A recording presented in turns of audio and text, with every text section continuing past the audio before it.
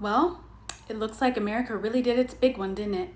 They really said, we would rather choose the most incompetent, unqualified white man over an extremely qualified black woman.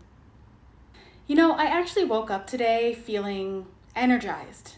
I have a lot of thoughts on my mind. I feel okay because we really don't need to do a whole lot these next 4 years. We're going to sit back and let them reap the repercussions of their actions. So, what do we do next? What's the plan? Number one, for anybody who hasn't already, we are abstaining from intimate relations with moderate and Republican men. This includes any man who voted for Trump and any man who did not vote. You can check whether or not someone voted at didmyfriendsvote.org. And if you're unsure whether or not that guy is lying to you on his dating profile, number one, did he say that he was a moderate? Because a moderate is just a wimpy Republican with no backbone. And not voting or voting for a third party is the same as voting for Donald Trump moving forward. Number two, for anyone who hasn't already, go onto Donald Trump's Instagram page and see if you have any friends, family, or brands or celebrities that you follow that follow him. Quickly unfollow them and block them. Thank you.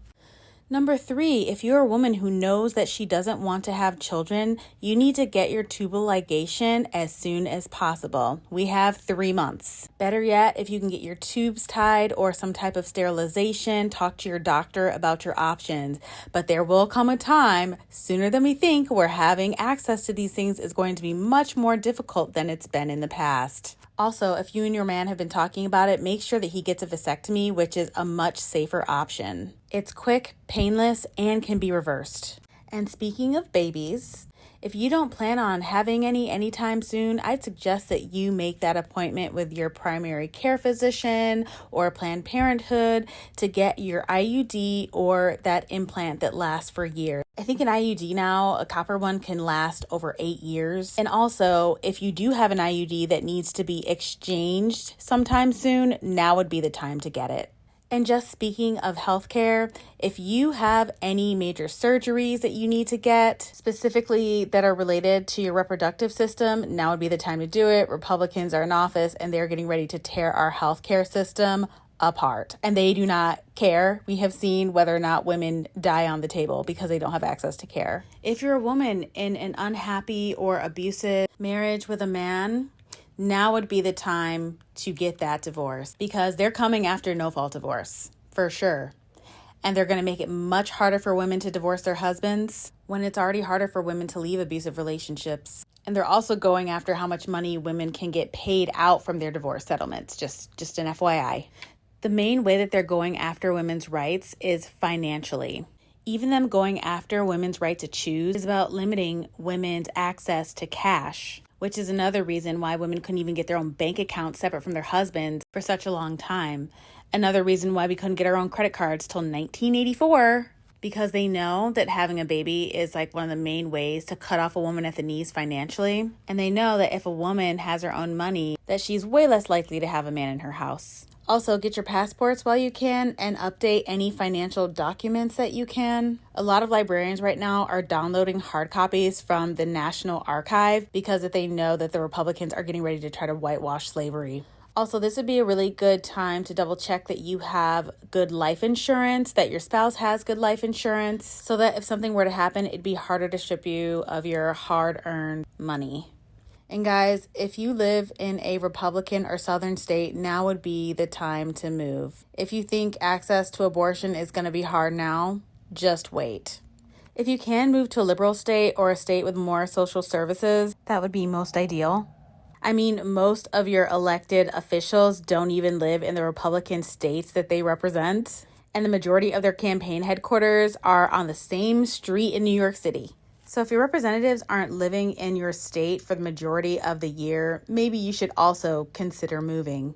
I know that it can be really expensive and it's not a choice that a lot of people have the privilege to make, but it can save your life and the lives of your family. Another way to empower women financially is that if you have any type of hiring power, or even say you need to hire a contractor to do some work for you off of Fiverr, please try to hire a woman, specifically a brown woman, because women in developing nations really, really need that money. Something else that is a little controversial for me to say, because I understand that statistically you're more likely to get into a firearm accident if you have one in the home. But ladies, these cuckoos are walking around heavily armed, and if you're a single woman or a single mom with children, you definitely want to be armed in your house. There's one type that you can actually use that can go through doors, which is helpful so that you don't have to come face to face with your attacker. I recommend that you look that one up.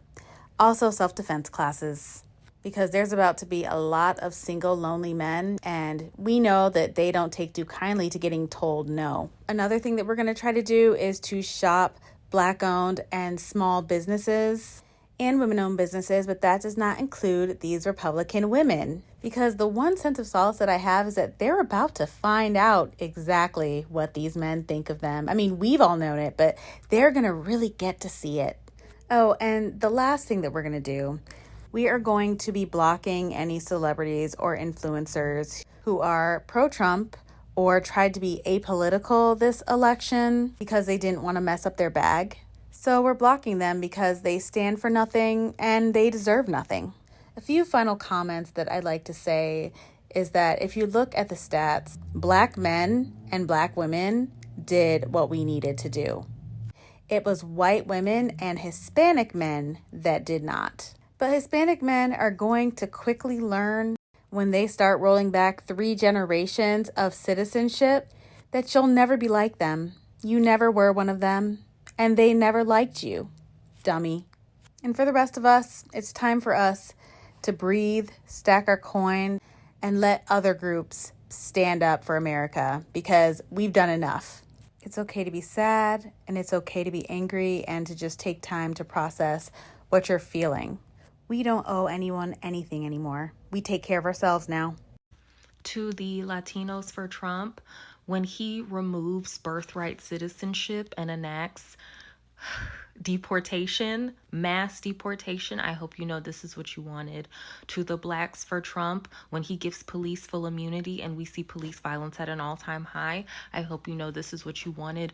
To the women for Trump, when you ultimately get pregnant and suffer pregnancy complications and the fetus is no longer viable, but you are forced to carry death inside your body and it could kill you and maybe does, I hope you know this is what you wanted. And lastly, to the gays for Trump, when he enacts mass annulments of all of our marriages, I hope you know this is what you wanted. You will no longer be entitled to your kids or that home that you share with your partner. Congratulations. I have nothing for you except concepts of thoughts and prayers. Love and appreciate you guys. Please like and subscribe for more.